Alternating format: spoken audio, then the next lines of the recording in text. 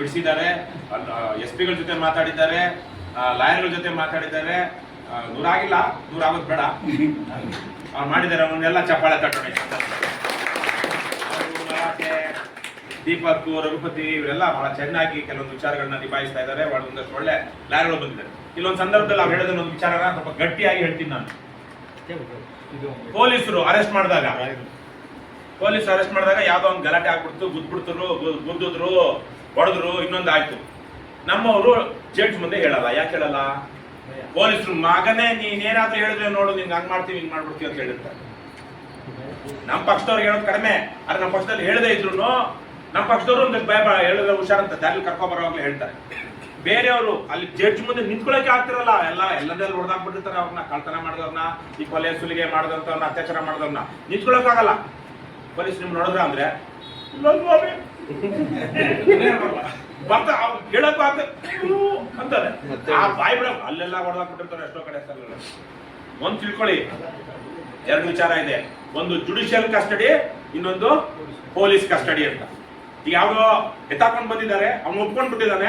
ಎಂತ ಕಳ್ಳನೇ ಆಗ್ಲಿ, ಅತ್ಯಾಚಾರ ಮಾಡಿರೋನಾಗ್ಲಿ, ಕೊಲೆ ಮಾಡಿರೋನಾಗ್ಲಿ ಒಪ್ಕೊಂಡ್ಬಿಟ್ಟಿದ್ದಾನೆ. ಇನ್ನೇನು ಅವನ ಹತ್ರ ವಿಚಾರಣೆ ಮಾಡೋದಕ್ಕೆ, ಸಾಕ್ಷ್ಯ ಸಂಗ್ರಹ ಮಾಡೋದಕ್ಕೆ ಏನು ಅಗತ್ಯ ಇಲ್ಲ ಅಂದಾಗ ಅವಾಗ ಎತ್ತಾಕೊಂಡ್ ಬಂದ್ರು ಆವಾಗ ಪೊಲೀಸರು ಜಡ್ಜ್ ಕೊಡೋವಾಗ್ಲೂ ನಮ್ದೆಲ್ಲ ವಿಚಾರಣೆ ಮುಗ್ದಿದೆ ಅಂದ್ರೆ ಜುಡಿಷಿಯಲ್ ಕಸ್ಟಡಿ ಕೊಡಿ ಸ್ವಾಮಿ ಅಂತ.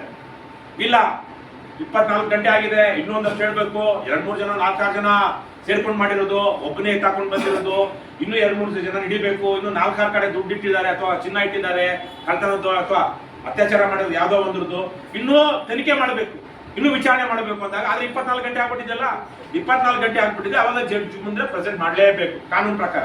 ನಡೆಯುವಂತ ಸಂದರ್ಭದಲ್ಲಿ ಹೇಳ್ತಾ ಇದ್ದೀನಿ, ಕಾನೂನು ಪ್ರಕಾರ ಪೊಲೀಸ್ ನೋಡಿದಾಗ ಆವಾಗ ಅವರು ಸ್ವಾಮಿ ನಮ್ಗೆ ಇನ್ನೂ ಹೆಚ್ಚುವರಿ ವಿಚಾರಣೆ ಅಗತ್ಯ ಇದೆ, ಹಾಗಾಗಿ ನಮ್ಮ ಕಸ್ಟಡಿಗೆ ಕೊಡಿ ಅಂತ ಜಡ್ಜ್ ಕೇಳ್ತಾರೆ. ಜಡ್ಜ್ ಅದನ್ನ ನೋಡಿ 7 ದಿವಸ ಕೊಡಿ, 10 ದಿವಸ ಕೊಡಿ ಅಂತಾರೆ. ಇವೆಲ್ಲ ನೋಡಿರ್ಬೋದು ಪೇಪರ್ಗಳಲ್ಲಿ. ಅದಕ್ಕೆ ಹೋದ್ರೆ ಪೇಪರ್ ಓದಿದ್ರೆ ನಾವೆಲ್ಲ ಏನು LLB ಮಾಡಿಲ್ಲ, ಪೇಪರ್ ಓದಿ ನಾವು ತಿಳ್ಕೊಂಡಿರೋದು. ಸೊ 7 ದಿವಸ ಕೇಳಿದ್ರು ಜಡ್ಜ್ 3 ದಿವಸ ಮಾತ್ರ ಕೊಟ್ಟರು ಅಂತ ಬರೀತಾರೆ. ಪೊಲೀಸಲ್ಲಿ ನೋಡಿದಿರಲ್ವಾ, 3 ದಿವಸ, ನೀವು 3 ದಿವಸದಲ್ಲಿ ವಿಚಾರಣೆ ಮಾಡಿ ಮತ್ತೆ ಕೋರ್ಟ್ ಪ್ರೊಡ್ಯೂಸ್ ಮಾಡಿ ಅಂತ ಹೇಳಿದ್ರು.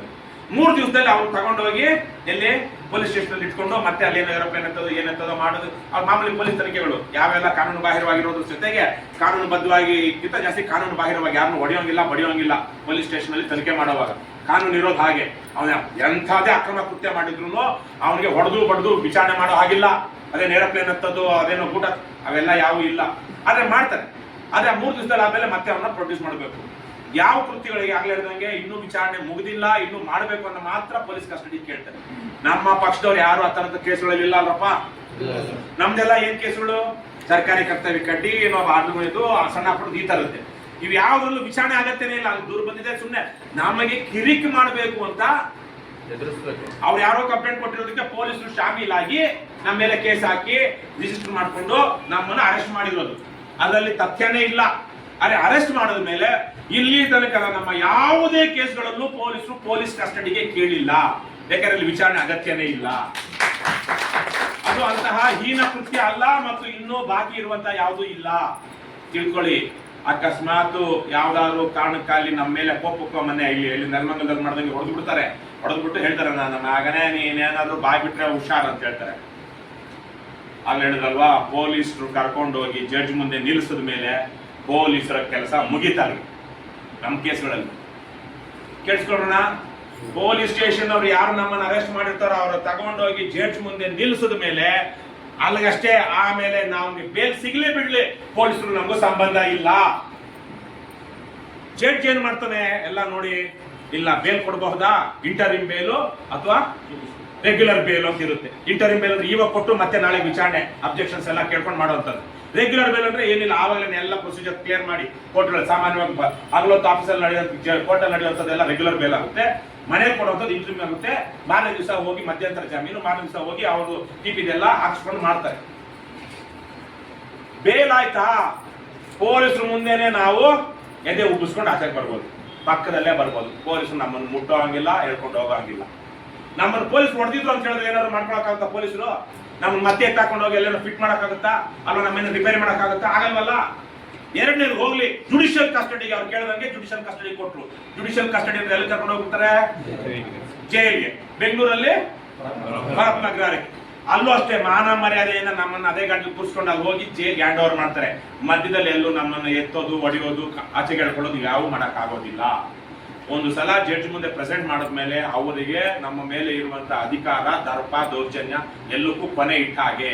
ಹಾಗಾಗಿ ಯಾವುದೇ ಸಂದರ್ಭದಲ್ಲಿ ಪೊಲೀಸರು ನಿಮ್ಮನ್ನ ಅವಾಚ್ಯ ಶಬ್ದಗಳಿಂದ ಬೈದಿದ್ರೆ, ಹೊಡೆದಿದ್ರೆ, ನೇರವಾಗಿ ಜಡ್ಜ್ ನಿಮ್ಮನ್ನ ಹೊಡೆದ್ರ ಬೈದ್ರ ಅಂದಾಗ ನೇರವಾಗಿ ಹೌದು ಸ್ವಾಮಿ ಇವ್ರು ಹೀಗೆ ಮಾಡಿದ್ರು ನನಗೆ ಅಂತ ಹೇಳ್ಬೇಕು.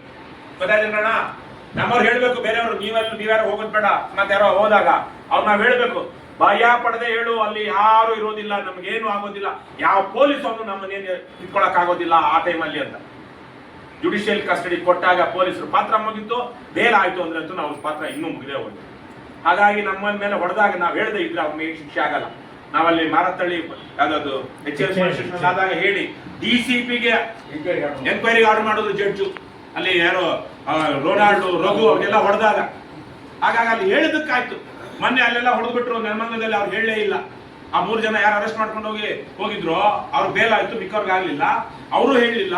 ಇವ್ರಿಗೆ 6 ಜನ ಯಾರು ಜೈಲ್ಗೆ ಹೋಗಿದ್ರು ರಘು ಜೊತೆಯಾಗಿ, ಆ ಜಡ್ಜು ಅದೇನೋ ಏನಾಗಿತ್ತೋ ಗೊತ್ತಿಲ್ಲ, ಅವ್ರು ಕೇಳಲೇ ಇಲ್ವಂತೆ ನಿಮ್ಗೆ ಹೊಡೆದ್ರು ಅಂತ. ಹೊಡೆದಿಲ್ಲ, ಇವ್ರು ಹೇಳಿಲ್ಲ ಅಂತ ಅನ್ಕೊಂಡ್ಬಿಡ್ತಾರೆ. ಇಲ್ಲ, ಅಂತ ಟೈಮಲ್ಲಿ ನಾವು ಜಡ್ಜ್ ಕೇಳ್ಕೋಬೇಕು ನಾವೇನೆ, ಸ್ವಾಮಿ ನಂದೊಂದಷ್ಟು ವಿಚಾರ ಇದೆ, ನಮ್ ನೋಡಿದ್ರು ಬಡಿದ್ರು, ಅದ್ ನೀವು ಕೇಳಿಲ್ಲ ಅಂತ ಬೇಕಾದ್ರೆ ಹೇಳ್ಬೇಕು. ನಾವು ಯಾವುದಕ್ಕೂ ಜಡ್ಜ್ ಏನೋ ಆಕಾಶದಲ್ಲಿ ಬಂದಿರೋನಲ್ಲ. ಲಾಯರ್ ಇರುವಾಗ let the lawyer represent you ಅಂತ, ನೀವು ಮಧ್ಯ ಪ್ರವೇಶ ಮಾಡ್ಬಿಡಿ ಅಂತ. ಯಾಕಂದ್ರೆ ನಮ್ಗೆ ಎಷ್ಟೋ ಗೊತ್ತಿರೋದಿಲ್ಲ, ನಮ್ಮ ಕಾಲ ಮೇಲೆ ನಾವೇ ಕಲ್ಲ ಹಾಕೊಂಡ್ಬಿಡ್ತೀವಿ. ಜೊತೆಗೆ ಲಾಯರ್ ಇಟ್ಕೊಂಡಿರೋದು ಯಾಕೆ, ಅವ್ರಿಗೂ ಅಂಡರ್ಮೈನ್ ಮಾಡುತ್ತೆ ಅಂತ ಜಡ್ಜ್ಗಳು ಕೆಲವೊಂದ್ಸಲ ಹೇಳ್ತಾರೆ. ಆದ್ರೆ ನಾವು ನಮ್ಮ ಲಾಯರ್ ಹೇಳಿಲ್ವಾ, ನಂದಾಗೆ ಒಂದು ಕೋರ್ಟಲ್ಲಿ ಅವ್ನು KJ ಜಾರ್ಜ್ ಲಾಯರ್ ಒಬ್ಬ ಅಧಿಕ ಪ್ರಸಂಗಿ, ನಾನು ಹೊರಗಡೆ ಕೂತಿರೋನ್ನ ಪ್ಯೂನ್ ಕಳಿಸಿ ಆಚೆ ಕಳ್ಸೋದಕ್ಕೆ ಹೋಗ್ತಾನೆ.